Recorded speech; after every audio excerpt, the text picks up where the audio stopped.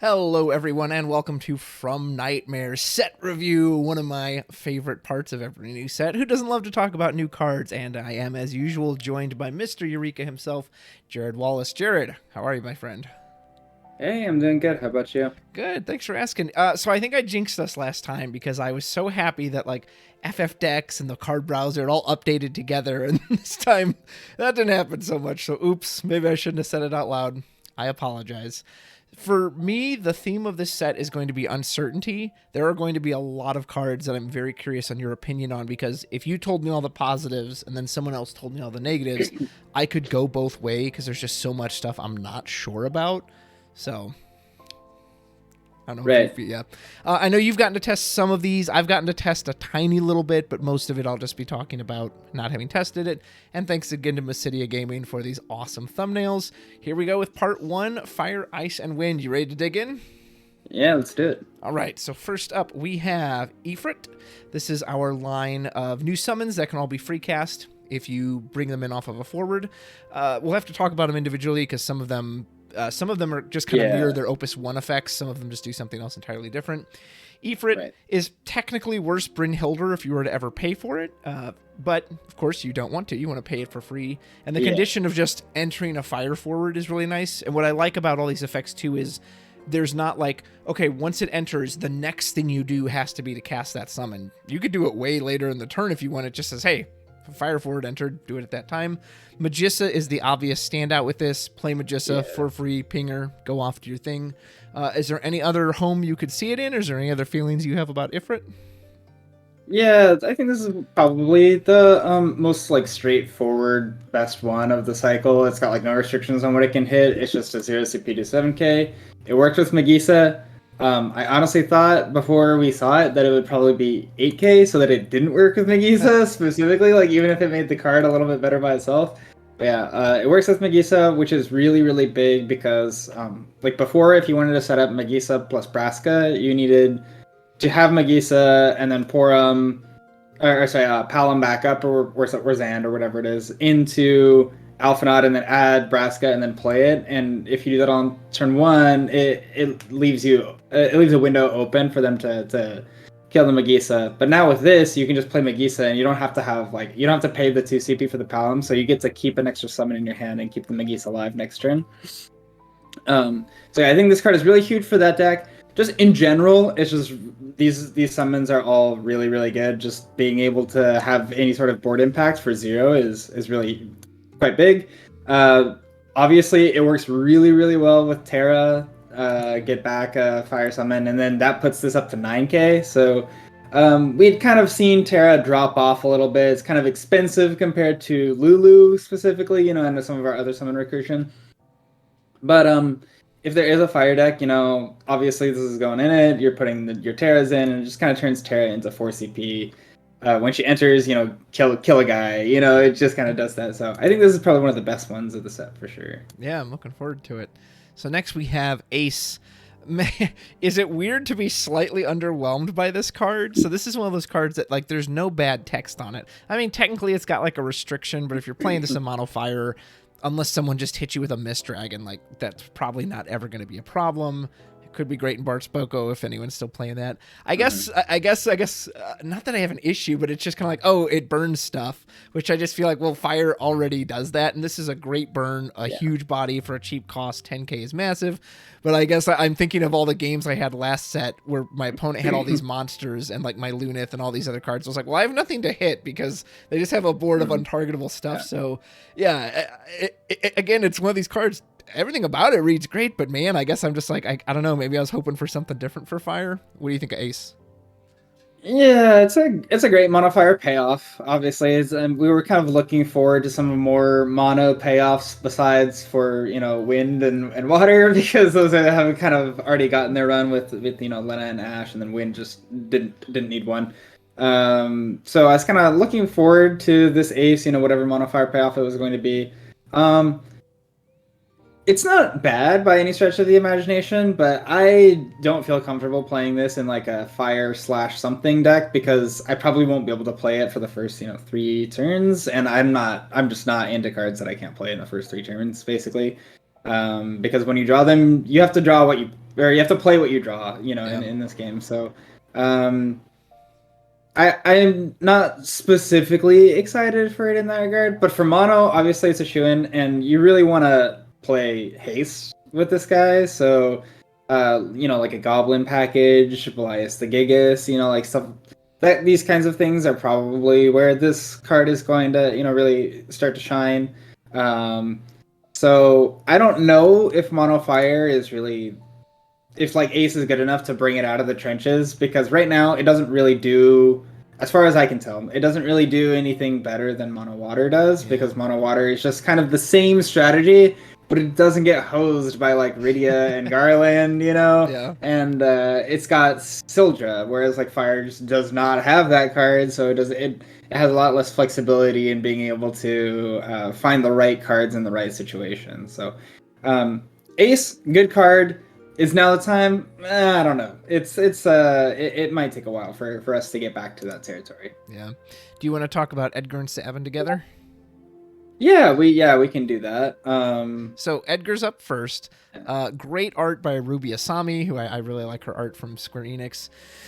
Man, so the 6 package was one of my favorites in Opus 17, and I plan to revive it this set because it got some new toys. But it's just so frustrating that these 2 cards were put together again. They have no synergy with the previous ones. Like, they made this Edgar, all right, we're gonna do all these like special things, and then they just like didn't support it, and so. Putting all that aside, even taking it on its own merit, I don't know, man. Like, I heard some people really hyped about this, but so you want me to pay 4 for this Edgar and break it to bring in a 8K that does a 1K burn? Like, I think the idea is that you have this battle phase where you block with like 3 of your 6 guys, they all die. Then you flash in Sabin and he counts the Edgar too, and so he like blows the board apart, but is that really gonna happen? Like, I don't know. I'm not sold on these 2. Yeah, I am. I was a little underwhelmed when I saw these. Like, the art is, in my opinion, I like these way better than like the amount of art. So like, I was really looking forward to like maybe these are not 6 cards. Like they're not. They wouldn't be. And then when I read the effects, I was like, oh well, it's kind of just like half-assed, where it's like not really that good in just like generic decks, but it's also got like Sabin has cost reduction for 6 cards. It's like kind of strange. I will say Sabin itself, just like ignore the reduction, and you just like play these 2 in just like a normal deck. It's not terrible. I could definitely see it in like one of the lower powered formats like L3 or L6.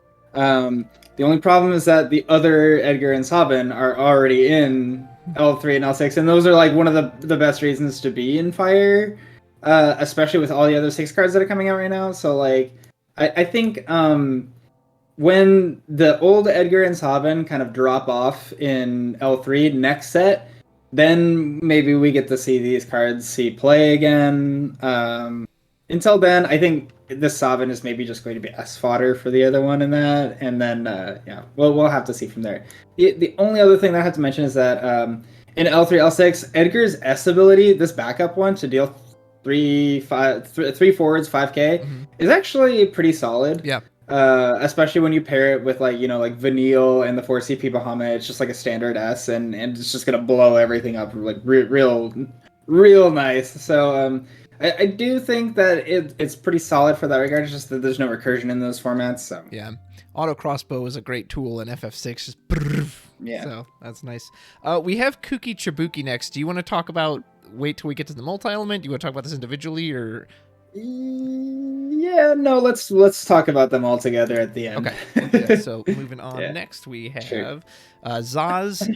I mean, he searches a backup, which is cool. Like, I do like cards like this where you put a forward down, you search a backup.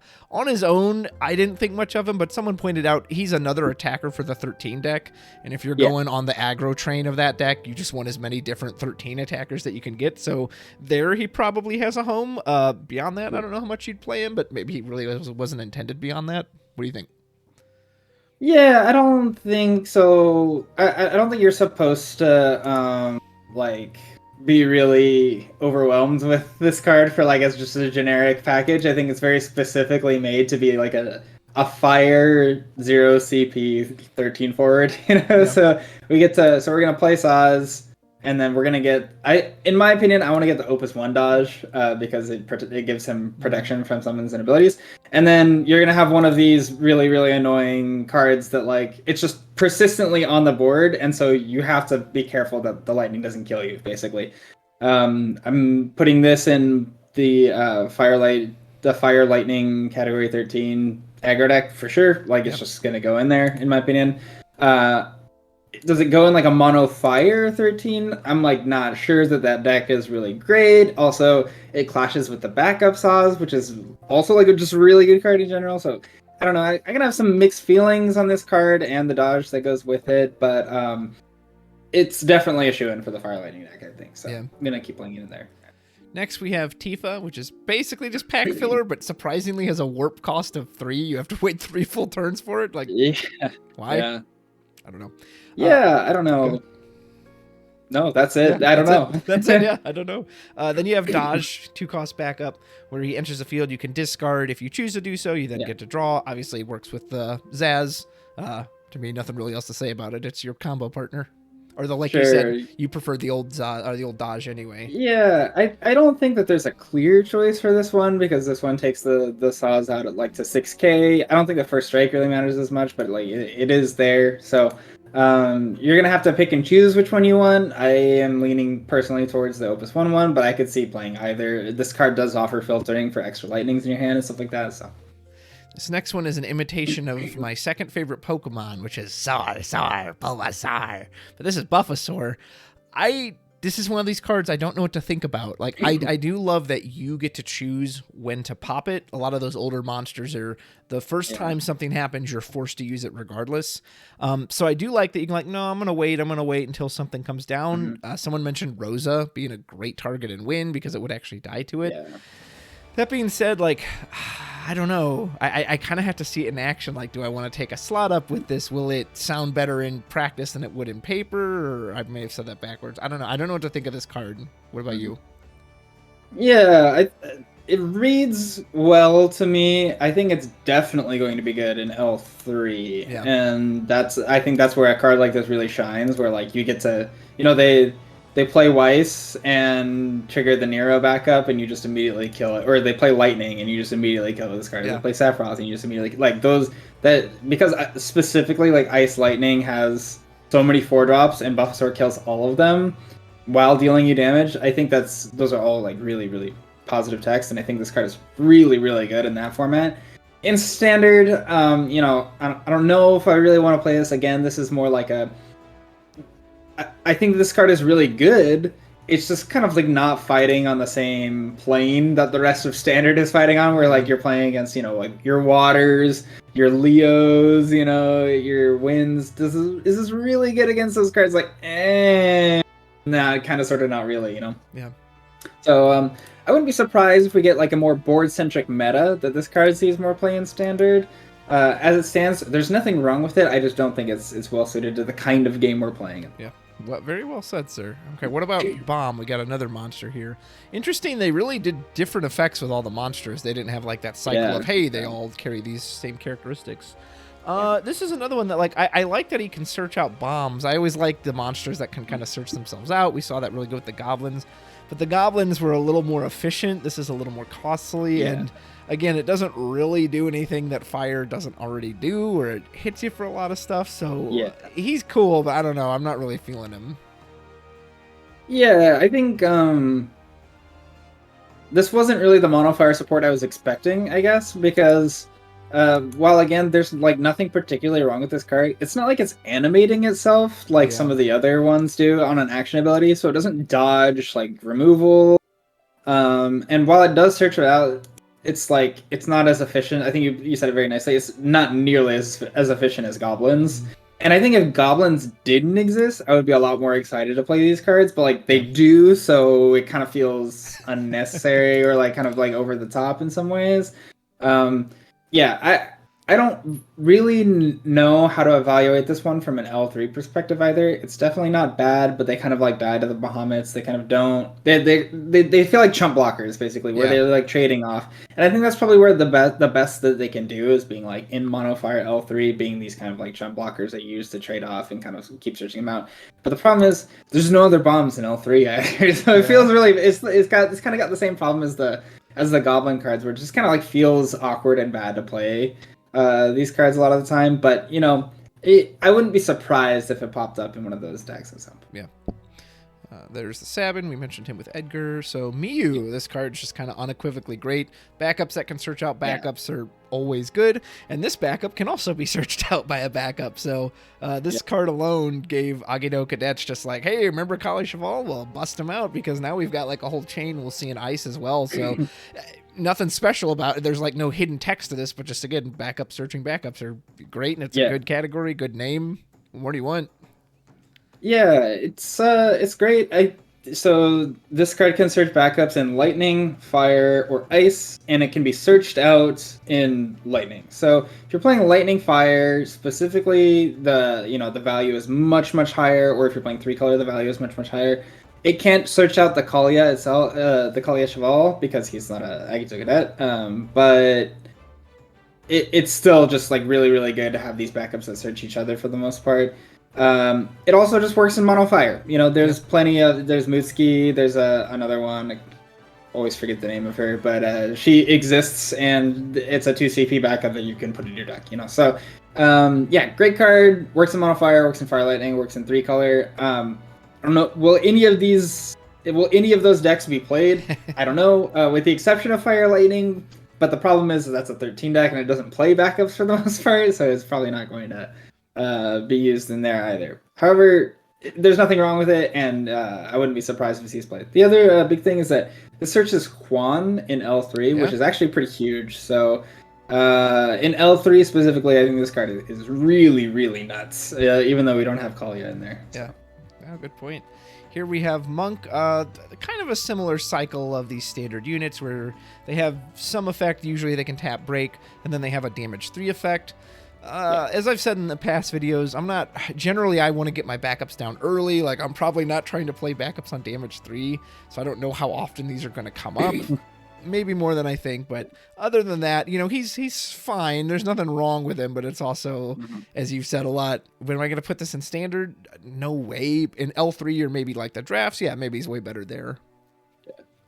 I think in L3, this one's a shoe-in just because, combat tricks actually matter in L3, and there's just like such a small card pool in the first place that you're generally going to take the best backups you can get. The other thing is this is a card named Monk, and it's fire, so like... True. There's always, we've always been trying to get this fire earth monk. They keep trying to like make us play it with like Bosch and stuff, and it just never happens. We just never get there. I think monks are too poor now to really consider playing that, but like if you were to ever play a fire earth monk deck, obviously this is a huge boon for that strategy.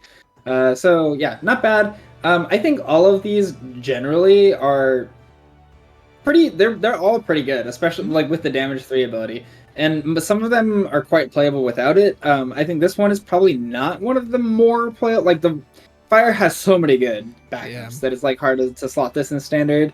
But if you do have the damage 3, it's obviously like nuts. It's just Zan, so it could pop up here and there, I think, maybe. And I think especially like if we move to an aggro meta, where people are zerging out, the category 13 strategy or whatever, and you kind of have damage 3, damage 4 enabled on like, turn 2, turn 3, then maybe this card is good. Yeah.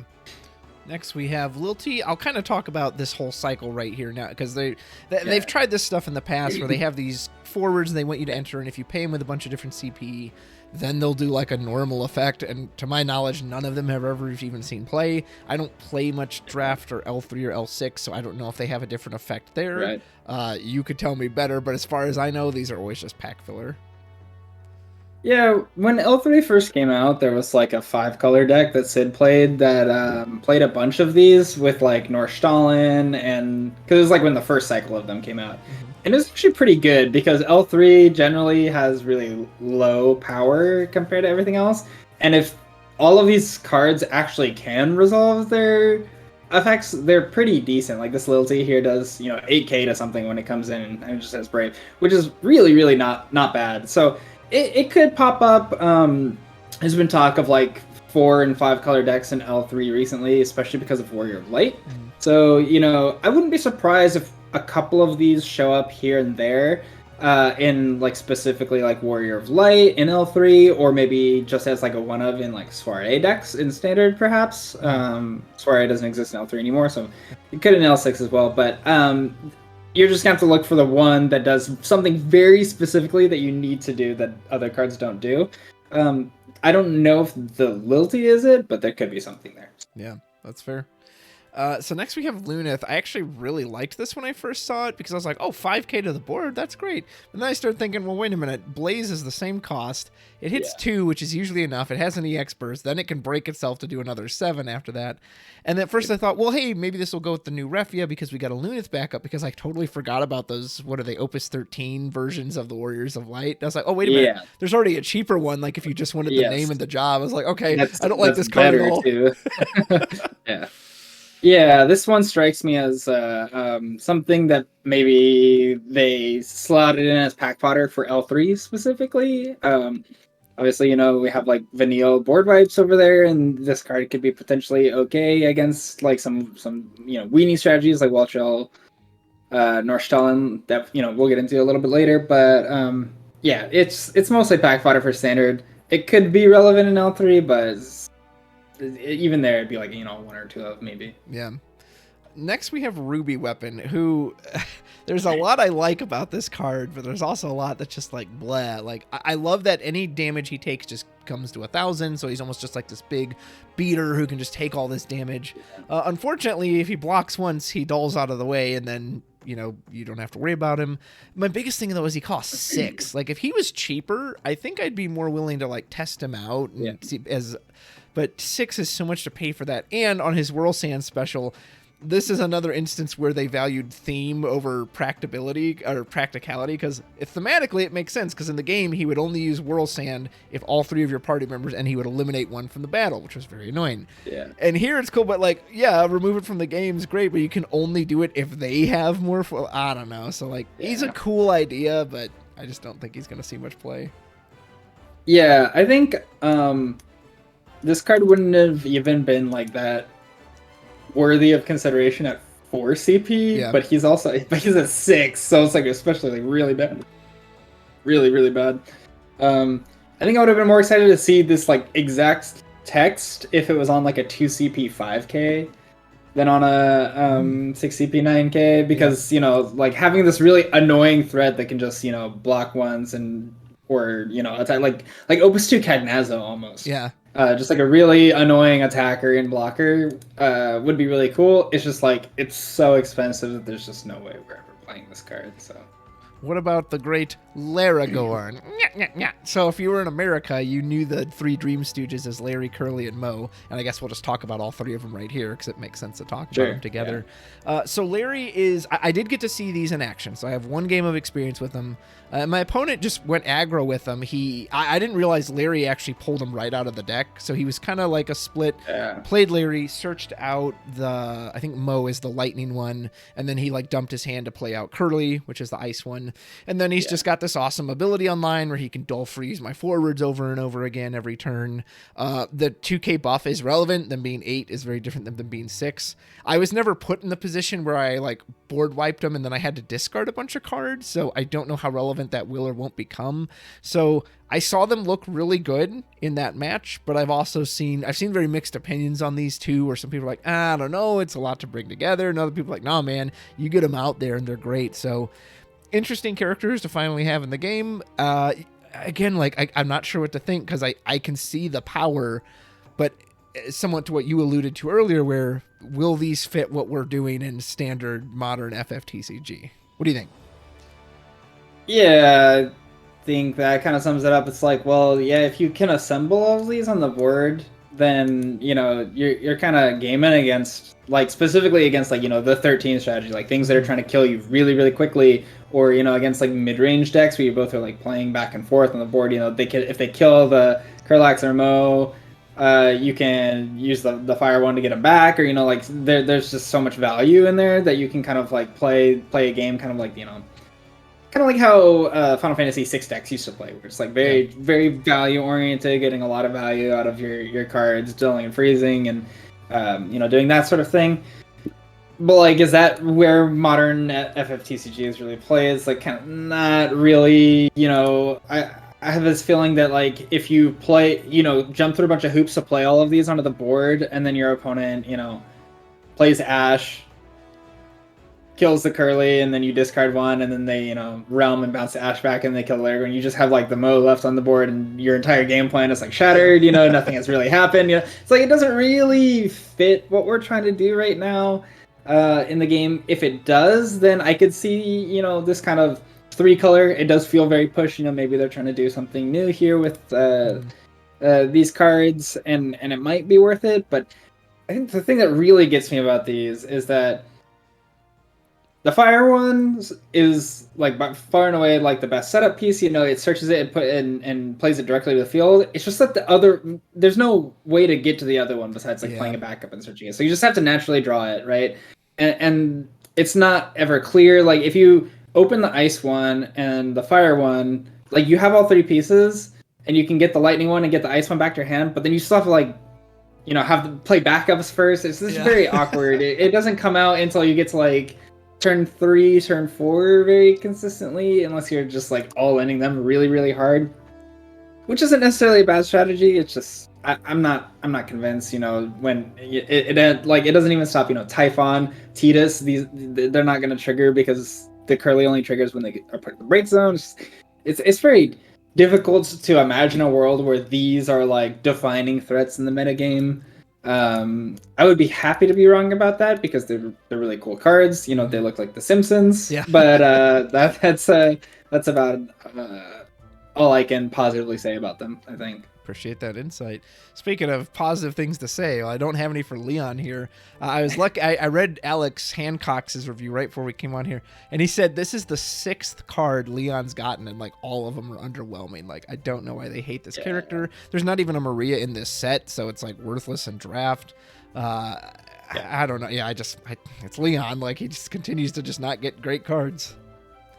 Yeah, I was going through and like trying because we actually play L3 in Japan, so I was like actually like trying to go through like the rebels and like see how like we were supposed to build this deck in L3, and it feels like kind of like half a deck. Like Furion, Leon, there's the Light Maria and Yosef. Those are all like sick, but like then you don't get like the back of Yosef. It's just it feels like some of these games that only have like a few characters in them, like 2 specifically, and like obviously 1 as well, but to a lesser extent because we're not forced to build around it. It's just like it's so underwhelming at any given point in time, and we're gonna get to it when we talk about the Hilda later, where we're like, okay, so it's like a 3-color deck out of the bat because you have to play like the Scott, but that one is also not an L3, so it's like, I don't really know what to say about like this Rebel thing.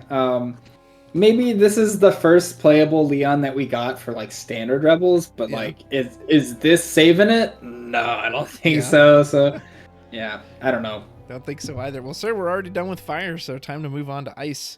Here we have Waltrill. This is just a crystal generator. They seem to they've given us 1 for each of these sets that are post-crystals.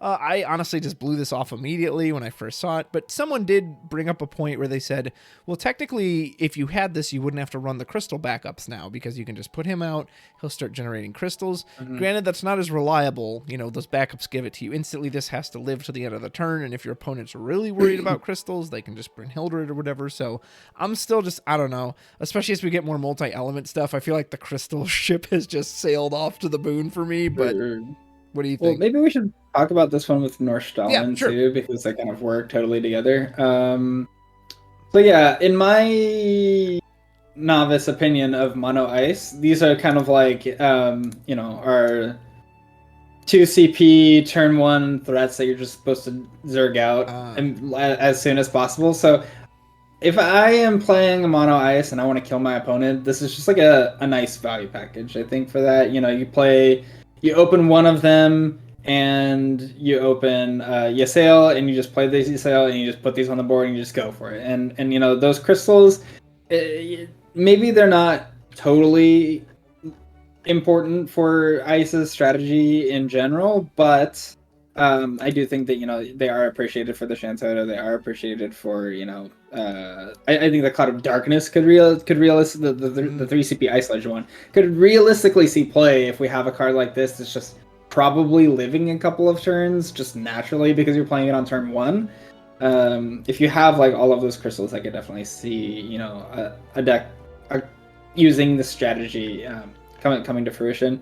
The other thing is, I don't really have good things to say in terms of experience with the water ice strategy, but that deck definitely uses his crystals, and Lena, the Northstalin being a target for Lena, the Walsho getting crystals for Lena, and then they board clear you, and you just Lena, and you just vomit all the forwards back onto the field. That seems pretty reasonable as well. It's not necessarily anything super new because we already had Realm and Gao and stuff like that, and you just kind of got your crystals back. I just think that this one happens a lot sooner than some of the existing crystal stuff, so I could definitely see this being good for mono ice or ice water crystals. Is it enough to kind of bring that back to tier 1? That remains to be seen. Yep. I guess we'll see where he goes. Vincent, so here's one. I'm curious to know how you rate this. Most people seem to think this is way better than the other Vincent, even though I kind of had a soft spot for that Vincent. I had a lot of Ice Lightning matches where he held down a key backup that did make a difference. Was he good? Yeah. Probably not, but I don't know. I just have a soft spot for him. This one, I kind of went back and forth. So if he enters and he gets 3 backups, and let's say he does nothing else, he either dies or whatever, he doesn't get to do his continuous freeze, is that enough? Mm-hmm. Is that on its own hey, I froze 3 backups? Because that's a lot, especially for a deck that really wants to value its backups. I guess it bums me a little because he doesn't work on forwards, but the other Vincent didn't either. So, but I don't know, maybe if he can stick around, maybe him freezing like an Althea every turn is pretty good. So I think he reads well. I haven't gotten a chance to test him, so I'm curious to see where this guy falls. What about you? Yeah, I have mostly good things to say about this, and I think it's definitely a one-of shoe-in in Ice Lightning just because you have Reeve in that deck already, so you might as well play a Vincent. I think that the last Vincent we had that just perma-freezes a backup as long as he's there, it just was not high impact enough. It was hard to justify paying 3 CP to the board to do something that has to stay on the board for turn after turn after turn to really get its value in a deck that's trying to kill your opponent as fast as possible all the time. So I think that this Vincent has a lot more upfront value. I think that this kind of effect is particularly potent right now. Hein, the 5 CP AK that came out and just froze all of your opponent's backups, or just froze 5 characters, I think is the actual. I think it was 4 technically. It's just or it's whatever. Basically but backups, the stat line and the cost was just too big for that card to see play. Yeah. This is much more reasonable. A lot of times when Vincent is coming down at a nice cheap little 3 CP 7K, your opponent is that's like a turn 2 stat line, whereas Hein is just not a turn 2. So it's just not, So I think that this card is pretty reasonable, and I wouldn't be surprised to see at least 1 in a lot of Ice Lightning decks, but maybe even 2, maybe even 3, because the S ability is pretty reasonable as well. I think that this is the best backup freezer that we've gotten so far, so I have pretty high expectations for this card. Well, and one of my complaints about Hein was that he didn't have any continued value. He had his entry, whereas Vincent at least does. Yes. There is stuff you could potentially keep doing with him. So yeah. Here's hoping. Oh man, this next card, Umaro. I've never seen this Amano art before. When I saw it, I was like, oh, he's so cute. I love it. He just looks so tiny. Looks like a little monkey rather than a Yeti. He does. He doesn't look as fearsome as he could, but damn, I don't know. I just appreciate how cute he is. So this one I have gotten to test, and I'm still not sure what's better, this or the Legend tomorrow, especially since we now have the Mogs, so the Legend one's going to be 5 a lot, and that one is, I really liked that card. 7 was probably a little too much to pay for it, but 5 feels great. But I do love the moment this comes down, you can immediately sack it off to blast something. I've done that. I've even done the recursion effect where I put him in, blasted something, threw out, pulled him back, blasted another thing. Yeah. beyond that, he's technically a black belt, but you have that access to that effect. I do like him. I'm glad he doesn't have any of the usual like downsides that Amaro tends to have. He's got to attack, or he's got to make you discard your own cards. Like, I didn't really care for the Opus 17 one.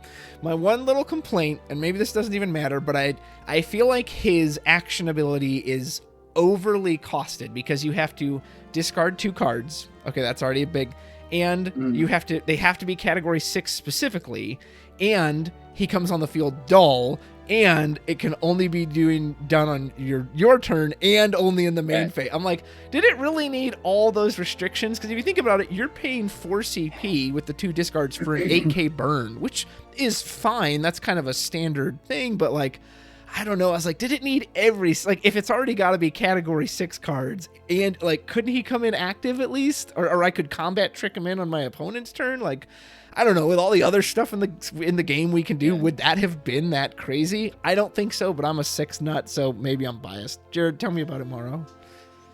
Yeah, I think maybe one less restriction on this, and it would have been like really good as it stands. I think it's quite solid for the 6 deck. I think if specifically if you're playing 6, then you might as well play this, because if you think about it as like discarding 2 cards for an 8k burn, would we play a 2 CP 8k? Deal 8k damage summon in ice? I think the answer is yes. So I think in that regard it is, quite good, quite cost efficient. You're right, it does have a lot of restrictions, and I think that's very intentional because chapters kind of have a lot of these cards that could just like play themselves, and it just kind of happened whenever, and it got out of control like really, really fast. Like there's a Titus that could just play itself from the break zone if you had a Yuna, and when it could happen anyway, like at any point at any time, it didn't matter like how bad the cost was. It didn't matter if it was off color. It's just like it worked. And I think in that regard, they're being very careful with these kinds of effects. Or there's a Sephiroth that played itself from the break zone, and by dealing yourself 2 damage. Oh wow! And while you couldn't do they didn't have the damage keyword at the time, and couldn't use EX, but even then it was still just like really, really broken, So I think they're being very, very careful with these kinds of cards because they don't want to make the same mistakes as they did in the last set. But I think my biggest problem with this one specifically is that I really wish there was a better way to get it to 9k. Yeah. There's really not. So I think that's really kind of the ceiling on this card. Whether it's good enough to see play in standard kind of remains to be seen. I would imagine that if you're playing like Mono Ice 6 or Fire Ice 6, this is the Amaro that you're going to opt to play a lot of the time. However, anything could happen. Maybe it's just good enough to see play in Mono Ice as just a normal removal spell anyways. Yeah, it's true. I complained a lot last set after getting drowned by water. Like, man, other elements needs ways to deal with these monsters. It can't just be wind. Fire needs a way to deal with monsters. Ice does. And this was not the card I was thinking of. Pay 5 to break a monster is a bit much. And the damage 3 is incredibly underwhelming. That's it. Not even 1k brave, just brave. Go figure. Yep, the monkey's paw, one finger curls down. Yep. You got your ice monster break. There you go. There you go. It's what you wanted, right? I'm like, yeah, I guess it is. Good for me. So this next one, this is Shiva. I got to test this out. And is it weird to say that playing this for free and dull freezing a forward and drawing a card, I was just kind of like, okay. Like, it didn't feel amazing. It wasn't bad, of course, but I was just kind of like, huh. It just made me wonder, is this the best use of this deck slot? I mean, there aren't really good ice summons. So, if you look at it in the context of ice summons, I think it's quite good, especially for free. I just wondered if, okay, but I'm playing Fire Ice 6. Maybe there's something else I could do with it. So, that was my reaction. I was like, yeah, it wasn't bad, but I wasn't like, oh my gosh, like, I'm going to win the game now because I dull froze a single forward. So, what do you think of Shiva? Yeah, I think it's fine. I am again not convinced that this is the best use of deck slots, just like you're saying, but like it's hard to complain with an ice summon because they're all so bad in general that if you're going to play one, maybe this is just the one to play. I'm no mono ice aficionado, not since the days of old, like Opus 5 or whatever, but if there is a good mono ice deck, this is probably one of the reasons that it's good, is just these tempo cards I think the more of them you have, the more threatening they become. If somebody finds the sauce, I would not be surprised if it's just like a 3 of, in that kind of deck, because these cards are just generally quite good. I've wondered if Snow has had to pay for the sins of the Opus 7 Snow because so many people were tormented by that card. Like, oh, I can never block anything because Snow just doesn't seem to get great cards. And this is another one that's just like, I mean, it's not awful, but it's just so bleh. Yeah, we have enough Snows. This one was pack fodder. I don't. Okay. We just got a better Snow, so. Yeah. This next card, I am very interested to hear your thoughts, because one of my best friends that I playtest with, he loves this card. He thinks it's incredible. He's been trying to sell me on it, and I've seen it in action a few times now, and I'm like, I don't know, man. Like, I'm just not really feeling this thing, and I want to believe, and I think the idea is that you slap this down early, like you put this down turn 1, assuming it lives, and now you can just tax everything they do. Or they're playing the new 13 starter deck, and you say, nope, dull 2 of your attackers, you're not getting off the big crazy kill me damage turn. Or, haha, I can keep this alive. But later in the game, it's the deadest of dead cards. It can't even block for you as a forward. And I want to believe, but I don't know. I felt underwhelmed. I'm just like, I don't know, man. And I've seen people remove it easily. Someone played it the other day, and so I went, okay, Typhon, immediately gone. Did nothing. So I'm just like, I want to like it because it's an ice legend. So clearly they think it's like worthy of that slot. But I don't know, Jared. I'm just not feeling it. I definitely thought when this card came out that there was going to be like some support backup for it that like gave it haste, because it has 3 dull abilities and they all use the dull icon. And I was like, why would I play this card when I could just play Vanille and do the same thing, but it doesn't require a dull ability? Right? It's like, I think that this card is terrible, and I'm really hoping somebody brings out the spicy black magic mono ice deck that nobody had the balls to grind the endless hours of trying to like figure it out, and this card is a part of it, because it's really cool to have these kinds of like Maya and so these kind of like system forwards that don't get to attack or block, but they kind of serve as little totem poles, auras or whatever.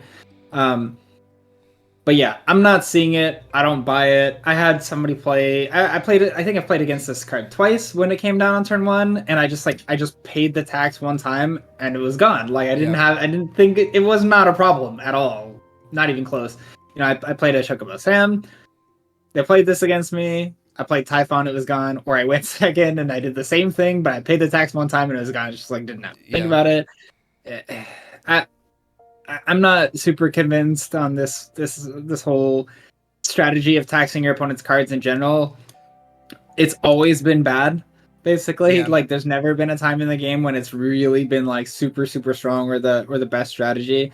And I don't think this is a card that's going to change. Well, and it fits in with that idea, right? You're giving them a choice. If it's worth it for them to pay the tax, they'll pay it. If it's not, they'll be like, yeah, that's fine. Here's a go. So, yeah. Okay, what about Sephiroth? He always gets good cards, right? I don't know. I mean, I don't know. I guess if you get just blasted by the 13 deck on turn 2 and you're already on 4 damage and you can go 2 damage, surprise, Sephiroth. But it's obviously not going in Ice Lightning because it conflicts with the great forward we got. And I don't know. I'm not feeling this one. Yeah, Ice is already kind of a deck that's really good at combating aggro. So I think that this card is specifically worse in this color than it would be normally. I think, if this was like an Earth card or a Wind card or something, then maybe it could potentially see play. But because it's an Ice card, I think it's particularly unlikely to. It's not a bad card to have in the pool by any means. I just don't expect it to be good enough. Yeah. There's Curly. We talked about him with the Stooges. Chocobo Eater. I really loved the Opus 8 Death Gaze. Like, I thought that was a cool idea. This monster, this enchantment, if you want to think of magic, that just sits there, pulls this thing off the field and says, as long as I'm here, you can't do anything about it. This one's so much more specific. Granted, it's 2 cheaper, but it's just in this line of like, well, let's hate on 2 CP forwards. maybe that'll be good if you're seeing a bunch of stuff in your locals where people are running a bunch of 2CPs. Maybe this is really good and they don't have monster hate, so it's good removal. I would almost have rather it had like you have to pay ice CP for this, but it then can still hit anything like not X Death, like Death Gaze could. Would that be too strong for one? Maybe, but I don't know. What do you think about Chocobo Eater? I think that this is a good card to exist in the pool. I think specifically that would be too strong because this is a 10 card. We're gonna get to it in a little bit, but there's Riku, and that means you can actually just splash this into any deck that plays Wind, including Guardians and stuff like that. So there's some kind of like cute interactions with that, and that might be a potential avenue for this card to see play outside of Ice.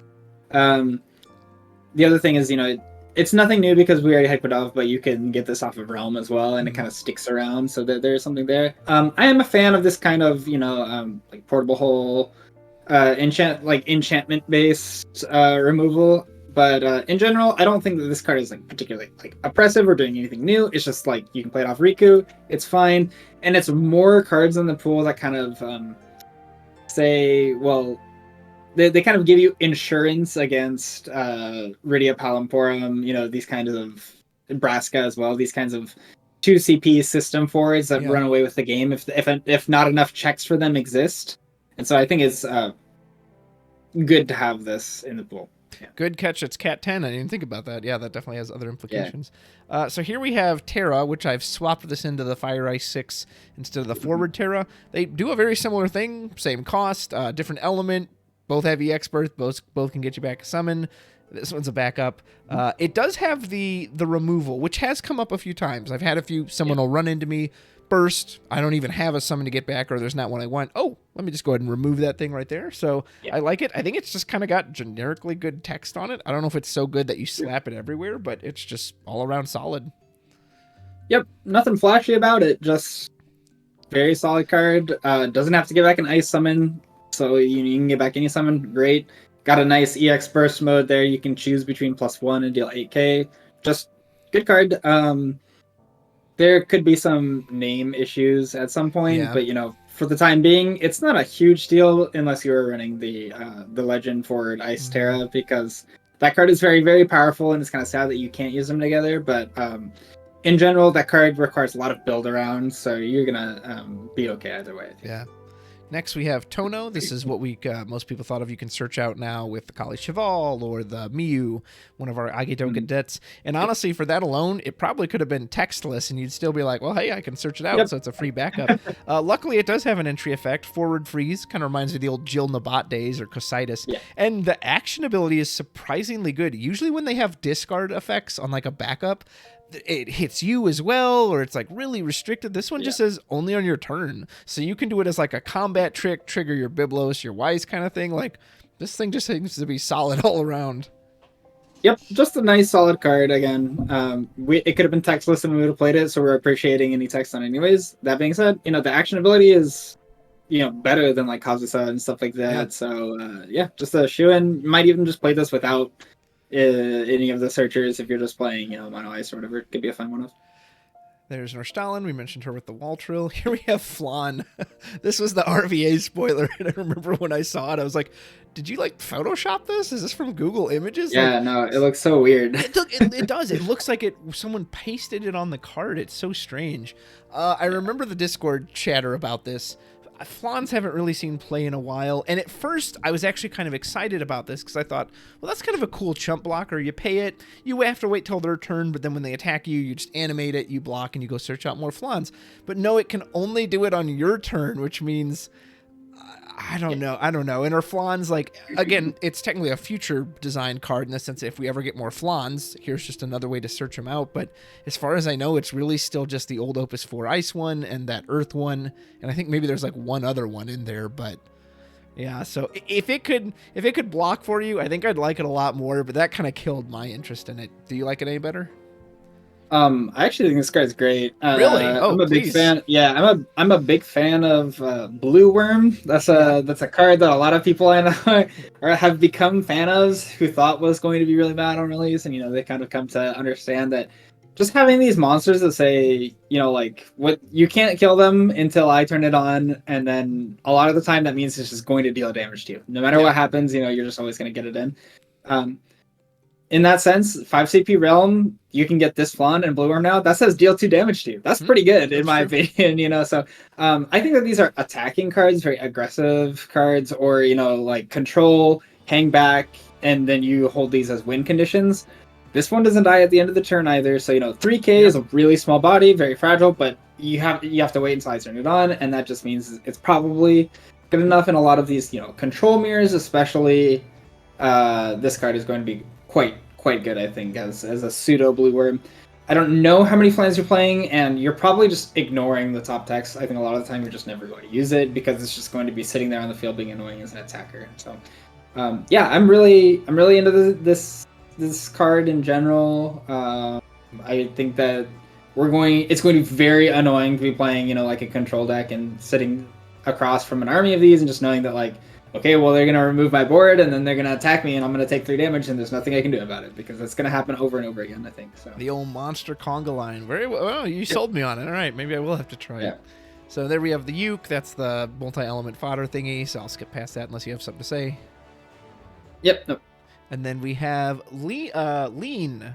I do not remember this character from Type 0. Lean, maybe? I don't know. Yeah. So it's Tyro for 2 cheaper, but no EX burst. Or no, sorry, it searches any card, right? You may search for any card. So it's Thoradin. Search backups. Thoradin for 2 cheaper, no EX burst. But the condition, they have to have 1 or less in their hand. At first when I saw that, I was like, too conditional. But I was like, well, I don't know. What if you're doing like a Theodore, you're doing the Theodore plan, so you know they're going to have an empty hand, and then you drop it off after that. And maybe there is something there. Because, again, Theodore is a very reliable way to just dump their hand out. So in that deck specifically, in a deck that's built to do that, maybe this card's actually quite solid. But overall, I don't know. What do you think? Yeah, this is another one of those, like, I don't think it's going to work very well in standard kind of things, because there's just too much. It like the amount of cards in your hand in standard is so dynamic, right? You could have one card, you could Theodore your opponent, and then the next turn they could have like 4 cards in their hand. It's just like not that unusual in standard with the power level, with EX burst, you know, with the way that cast works, with the way that mono water gets to just put cards back in their hand whenever they want to, you know. It's just very difficult to reliably make sure your opponent has 1 or less. But I think that if you could guarantee that this card was like in your hand in the first like 3 turns of the game, I think, you know, like if there's backup searcher for it, then, you know, you could probably make this card work. But the fact that you just have to naturally draw it at the right time, and that your opponent is a lot of the times, based on whether they go first or second, just going to have 1 extra card in their hand at any point in time in the first 3 turns, it just makes it too difficult to play, I think. So I don't particularly see this as being a great card for standard.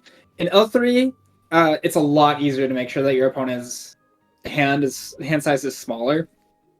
Just playing Nero Weiss all by itself is good enough to do that a lot of time. And, you know, lightning is a great way to get rid of the multi-element lightning is a great way to get rid of the cards in your opponent's hand as well. So I think that this card is much more likely to see success in that format as like a nice 1 or 2 of just kind of bolster up your ability to search for the key cards in those matchups. I think it's definitely going to be really good there. But you're still going to have to commit to the Theodore and like Nero Weiss strategy, I think, to really make it work. That does sound very unreliable. Well, our final ice card here is New Moo, and, you know, this is one of that cycle, but I have to comment, I was very surprised that this had a superior effect to Herdy from 2 sets ago. Right. Because Herdy can only Dull Freeze a forward, and so I had to do a double take, because I was like, wait, this is the Herdy effect, except it's character, it can hit backups, and it's on a standard unit, so you could play multiple of them, where, I mean, I guess maybe they thought Herdy had the flash effect, and Herdy could be searched off of Mont Blanc, but I was very surprised by how good that action ability is. Any thoughts on this guy? Yeah, it's a little bit better. I think, Herdy probably could have done the same thing, it's just they didn't want to make the, I think they were kind of anxious about how good Herdy Mont Blanc could have been in the right setting. I think in this particular one it was just a little too restrictive, but so yeah, I think they kind of preemptively nerfed Herdy in that regard, but this one has it, and I don't think it's insanely good, but definitely better. Yeah, Well, we're done with ice, so we'll move on. Wrap up with my favorite element, wind. Everybody loves a good old wind stormy deck, and here we start with Mr. Matisky. Spoiler: Alexander, the only one of these summons that's modal. Guys, you can put modal on other summons. Remember Glaciolablis? I love that card. Ooh, let's do another modal ice summon. That'll be fun. So, a lot of people have said this is very niche. You know, you'll only slot it in if you have a very specific thing you want to do with it. And Wind already has so many good summons, and most of the Wind decks are already so tight on slots. That being said, like, Indiscriminate Monster Break, draw a card, and you've obviously cast it for free is very good. If big 5 costs are a thing, you're worried about your Bismarck, your Ash, your Tenzin, your whatever, that's obviously unequivocally good. It's a testament to where Wind is at that you're like, ooh, but do I have the slots to put this kind of card in? So tell me about Alexander. Yeah, I was pretty sour on this card when I first saw it. I was like, there's nothing to hit with this in the whole entire meta, right? There's no Scale Toads, there's maybe a few stray Biblos here and there, but there's like no monsters that I really want to hit besides in the mirror. And then there's nothing that costs 5 or more except for Bismarck, Yuffie, and Ash. And like these are all cards where it's either a mirror or you're already good against the deck, right? If you're already good against Mono Water, then like who are really, and I guess Leviathan too, which is fine, but like you already have Fina, and you're not triggering for 0 on your opponent's turn anyways. So I was kind of like pretty sour on this card when I first saw it.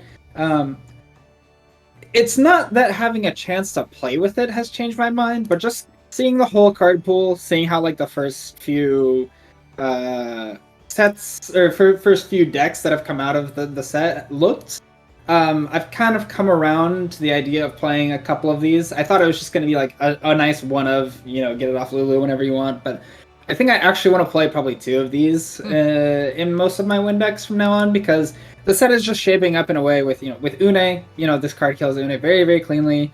Obviously, Lulu gets it back, and you just immediately play it for free, which is a great way to get casts, but just in general. And I think there's going to be a lot more monsters than I initially expected with the set. There's kind of the new Flan, some more aggressive synergies. It's good enough against water. It's good enough in the mirror, and I think some of the newer decks kind of have targets for these that you're feeling good about putting this in your deck. So I've kind of come around to thinking that it's just a niche card that you play one of because there's no better monster break, to being kind of like a generically good enough card as long as the meta develops in a way that's that it has practical application. Yeah, the ultimate sideboard card. All right, here we have Mr. Vane. The hopes of all the warp players are on this guy.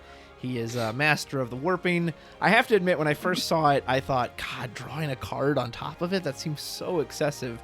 But maybe since he's so warp focused, maybe it needed that. Maybe just removing a counter wouldn't have felt good on its own. I don't know. I haven't seen this one yet.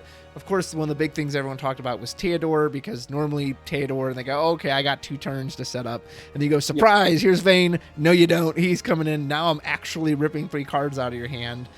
Beyond that, I don't know how much more warp there is that you just... And he's in Wind, and there's not a ton of warp in Wind. Right. Like, Charlotta is, of course, one people come to mind. Surprise, she comes in early. So he's definitely a cool card. He's very neat. I love the art. Will he even make waves this set? I guess that depends how much people want to do warp. I don't know. What do you think? Yeah, I think Vane, it like in a little bubble, is really nuts. I think that the card is very, very powerful. You mentioned it with the Theodore. I think it also works well with, the Sophie that we're going to talk about in a little bit, Charlotta, Golbez.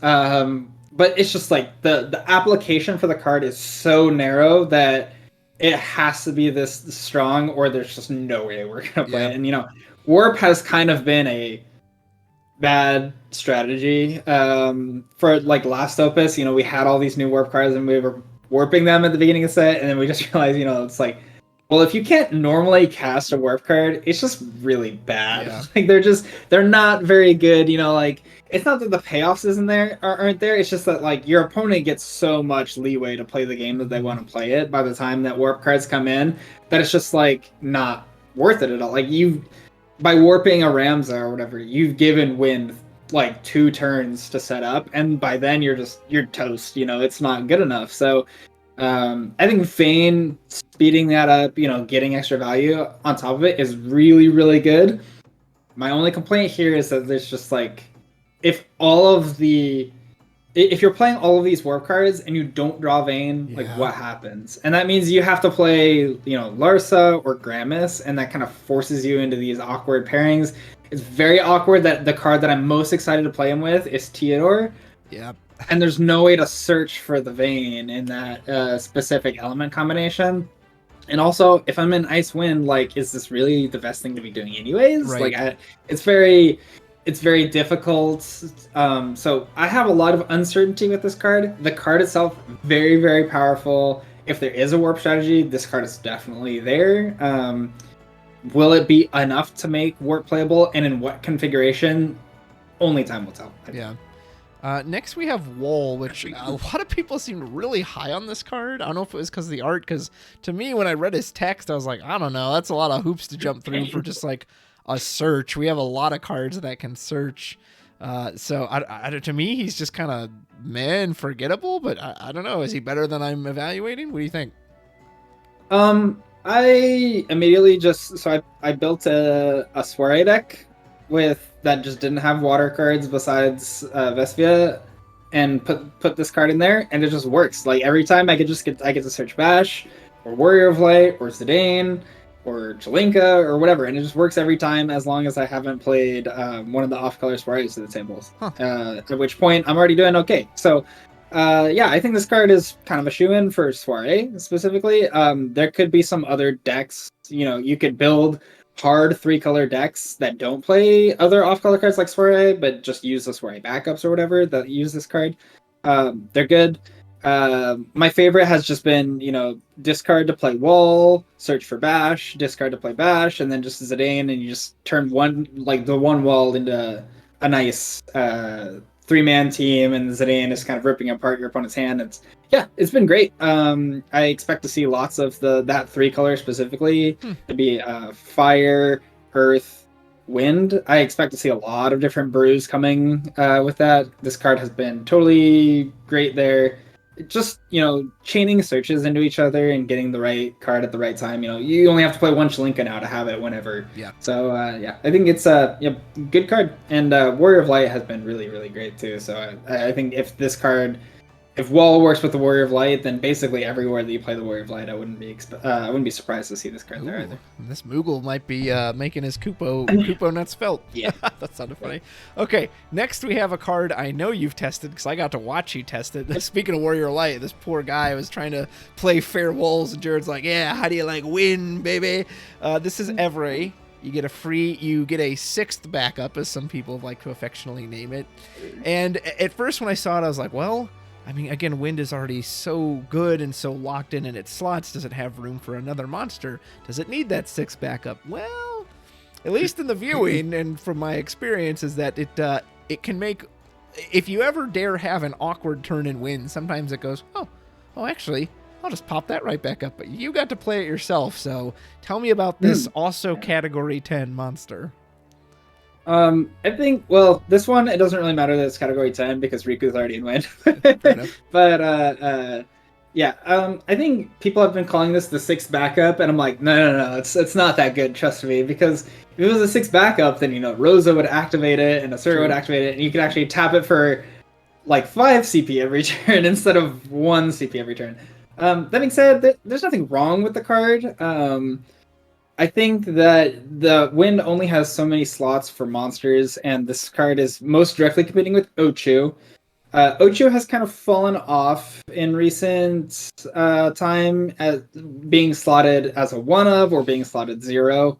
And I think that this card is kind of like in the same spot where you're either going to play 1 or 0 of it. It's searchable off Stillskin, and I think that's the best thing that this has going for it. I don't think this is nearly as good as everybody is making it out to be. I think that a lot of the value comes in. There's been a lot of times when, playing Storm that, you tap out and then your opponent uses the timing that, your Althea is down or all of your backups are down to target Rosa with an ability or to try to kill something before Althea comes back up. And this card kind of negates that. You know, you can just immediately reactivate a backup and use Rosa's ability if they've chosen to do it on that timing. So kind of, or you can reactivate the Althea and just target the thing that they were going to kill. You know, when the Althea was down. I think that kind of flexibility is really the strength of the card. So it just kind of increases Wynn's ability to play uninterrupted. Yeah. Is the big part of it. Again, not the 6 backup. Beyond that, it doesn't really have. It's not really that important. This extra one. The only other consideration that I had for the card was just if you're playing a Wynn/X, you really only need 1 backup of that color now. Oh, you can just play 4 Wynn backups, and like, so for example, playing like Wynn Lightning or Wynn Ice or Wynn Fire, there was a lot of times when you kind of wanted, like, you know, 2 of your off-color backup, and now you just kind of don't need it at this point. You just only need that 1. So maybe it opens avenues for, you know, Fina to come back into the multicolor versions, because you can play 4 Wynn backups and like 1 of your off-color backup now. But yeah, it's mostly just that flexibility is the real strength of the card. Interesting. Very interesting. Yeah, I didn't even consider that point about the kind of color solving that, hey, you need 1 less one now. Yeah, good point. Here we have the Emerald Weapon, a creature that tormented me a lot when I was a young Travis playing Final Fantasy VII. It was so hard to beat. I could probably school him now, but back then I was like, how do you beat this guy? But man, did he get a crummy card. Like, people say it's anti-discard. I don't know. Like, you still have to pay for it, which if you're getting your backups all frozen. And then he just doesn't do anything. He's just a big body, which, I mean, bodies are never bad, but you know, we're in this day and age where we need these cards to do something. And that special is just so expensive. It just, nah. Yeah, I had a lot of people saying, like, it's giving Wind anti-discard is unfair read, and I'm like, bro, if this was MTG, this card would come out for free. Yeah. Just saying, like, nobody would think twice about it. But in this game, no, I don't think it's happening. You draw 2 cards every turn. You know, there's a lot of randomized discard or chosen discard at this point. It doesn't work against those effects. So yeah, I'm not really into it. If there was a sideboard in the game, I'm not even sure we would play this in the sideboard. Yeah. So I think this card is just bitch. Next we have maybe an L3. Yeah. We have the Thief. Technically can mill a lot, but I don't know if that's really there yet when you have an infinite Zidane that can mill. Anything to say about this one? Yeah, no, I don't think that this one is doing it. One of my favorite characters in Final Fantasy VII, so my original party, once I got them all, was always Cloud, Cid, and Vincent. And I love Cid Highwind, and he just never gets great stuff in this game. It really bums me out. And this, he wasn't in the remake. Who knows? Maybe he'll be in the new part. And this one, like, it's category 7, and 7's always going to get new and supported cards. So even if there isn't anything for him right now, maybe something in the future will. I don't know if there's supposed to be something obvious here. Like, I'm not really sure what he's supposed to do, but I also didn't sit there and like comb through every 7 card. I'm just like, I don't know. He is an engineer, but I don't know if that's going to matter. How do you feel about Cid? So for me, the primo targets to bounce with this are the new Cloud, so the Storm Cloud, which is in color, and then it'll immediately untap the backup, so you need to just replay the Cloud. And the Light Aerith. Yeah. And those both generate a lot of value when you bounce them repeatedly. So I do think it is good. It's just like he has a dull ability, and you have to wait a whole turn to do it, and there's no clear way to give him haste or anything. So it's very awkward to like just play this and just kind of hope that it comes back around. It's kind of if you're gonna play strategies like that, there's all sort, like, literally the world is your oyster at that point, right? There's OTKs, there's FTKs. If like you just get the 1 turn uninterrupted with dull icon characters. So I'm not particularly sold that this card is good enough. However, you know, there is stuff there. The other really, really cool synergy card that it has is the Backup Reeve. So the Backup Reeve is the 3 CP that gets the 2 CP back from the break zone. So you can kind of get this card back, wait a turn, and then bounce the Reeve, and then just, like, you know, keep getting 2 CPs out for free. It is a really cute, janky combo, though, and it kind of feels like any combo that you're doing with a Sid Highwind is a cute, janky combo. So, yeah, I'm not totally sure what to think about Sid Highwind. The potential for the card is there. It's just the dull icon is really it is a tall order for these kinds of cards to see success, and I'm not sure that this card is quite good enough to warrant that. Hard to overcome the old dull icon. There we have the White Mage. I don't really have anything to say about that one. Sure, yeah. It is nice that you can add back like Cloud, Lock, Sid Haze, and Storm. So I wouldn't be surprised if one of these, two of these sees play here and there, but yeah. And then we have Zoo. There was like I don't know if there was a set of them, but there were some monsters in Opus 7. There's this one called, I think, Zagnal. And if a 7 cost, but if something big entered your field, it could become a forward. And so there's this combo. You could Shantoto the board, stack it so that he became a forward after the board clear. And so I kind of have a fondness for these monsters that can become forwards during certain conditions. Unfortunately, in the face of monsters that can just activate whenever you want them to for free now, why would you ever pick these over those? Yeah, this one kind of strikes me as an L3 kind of card, like trying to get us to play some of these cards in L3. It's very, very sad that Evray only works on your turn, so that you can't actually do like Zoo and then use Evray on your opponent's turn to make this card forward. I think if this card could become a forward on your opponent's turn, it would be a lot better, and I'm just not seeing a good way to do that. If there does end up being a better way, then I'm kind of more on board with this in L3, L6 environment. Still probably not good enough for standard. Yeah. Next, we have Ceremobius. I am the biggest honk for all the old Anthem effects. I've been wanting them to reprint them with new abilities on them to really encourage you to play mono. I'm not really sure why this one came out, and also just probably one of the worst names you could have, because usually Ceremobius has banger cards. So I mean, I love Anthems, but I don't know how you could fit this in. Yeah, this card has the worst name in the set, for sure. In a set where we also got another Ceremobius, and it's I don't know about this one.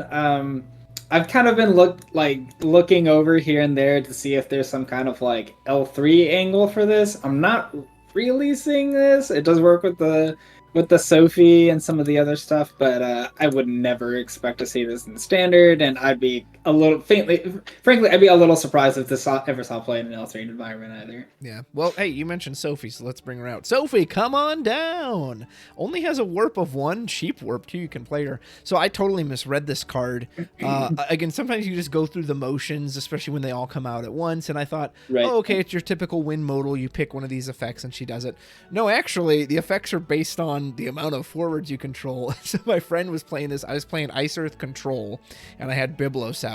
And he was playing Retainers, and he had Noctis, Prompto, Gladio. And so he plays Sophie, and he says, okay, she gets haste 2k, give me all my backups, and break your Byblos. I was like, wait, what? No, you got to pick one of those. Nope, he got all of them. So I was like, oh, damn. Now, on the downside, that does also mean if she plays by herself, she has no effect, so that's no good. So, but man, I don't know. It seemed strong in that moment, so maybe I'm biased because of that. I don't know where her overall value lies, but when he got all those off, I was like, Sophie, not again. What do you think?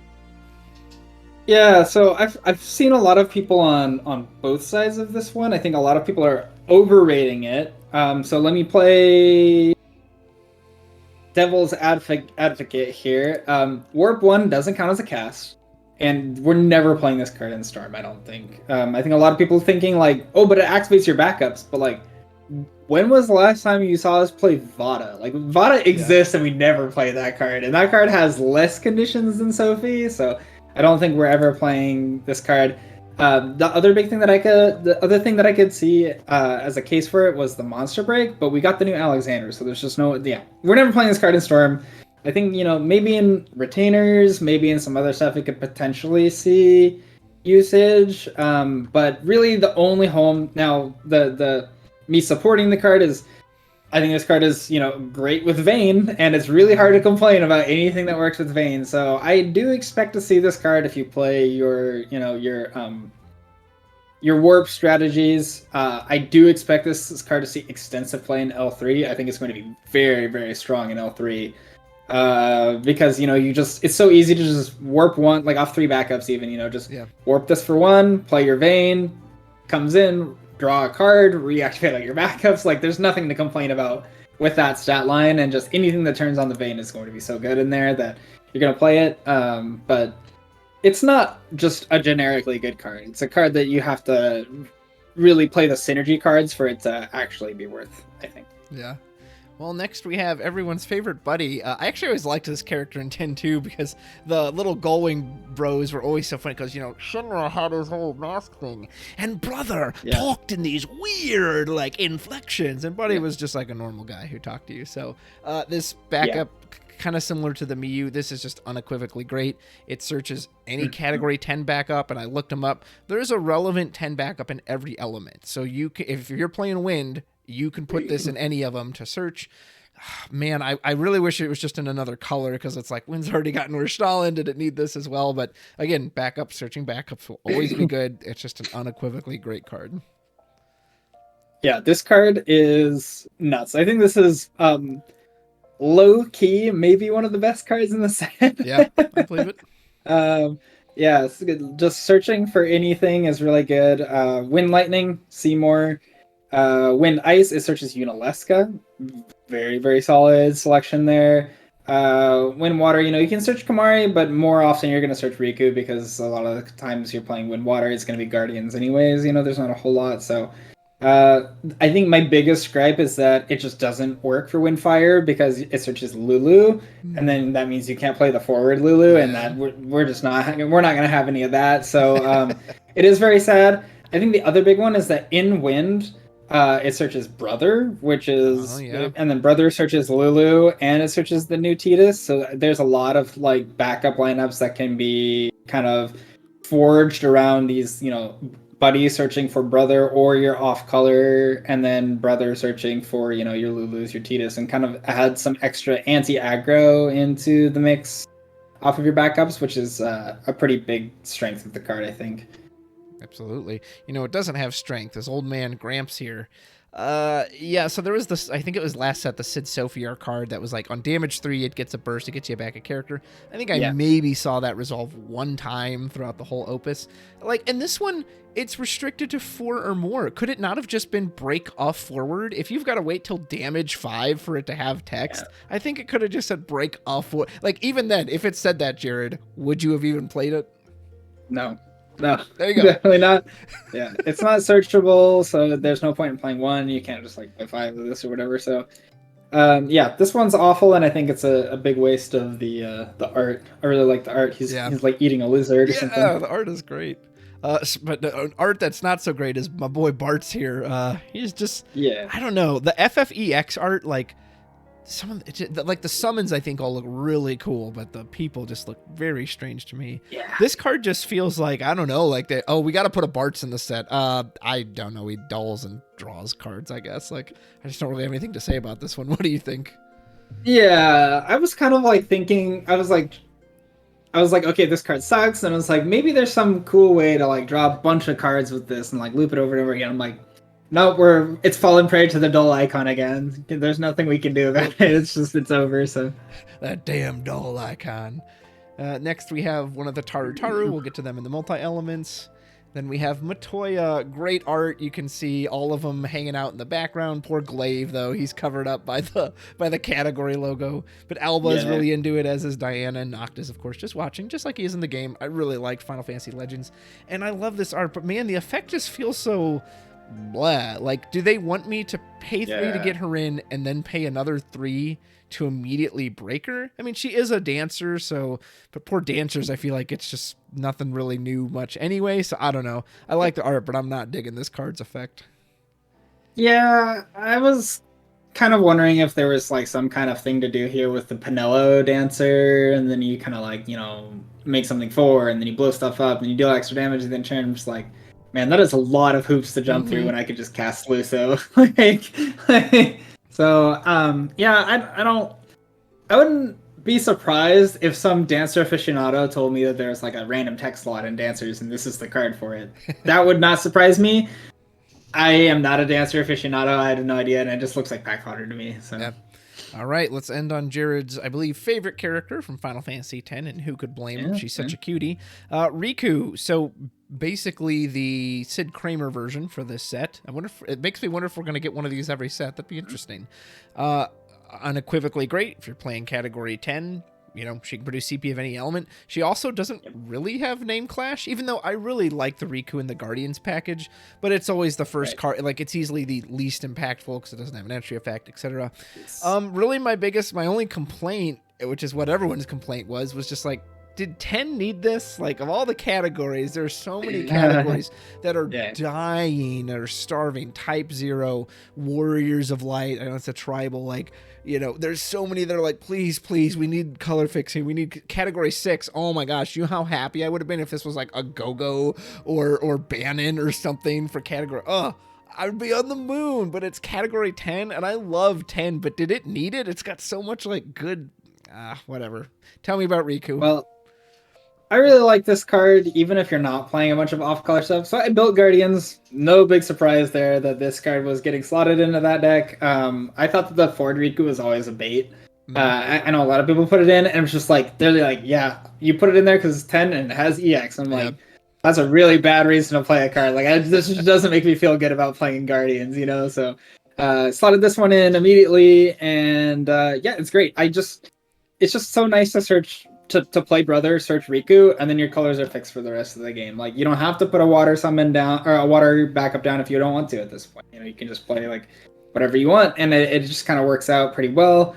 So yeah, it's felt really good there. Did I really play a lot of off-color stuff? No, but you know, it makes me feel really good about putting the 5 CP Fire Jacks with the Express in the deck, because now I can actually play it, and then when I want to play the other Jacks, I can just sack it off and go search for a Tidus. It works so well.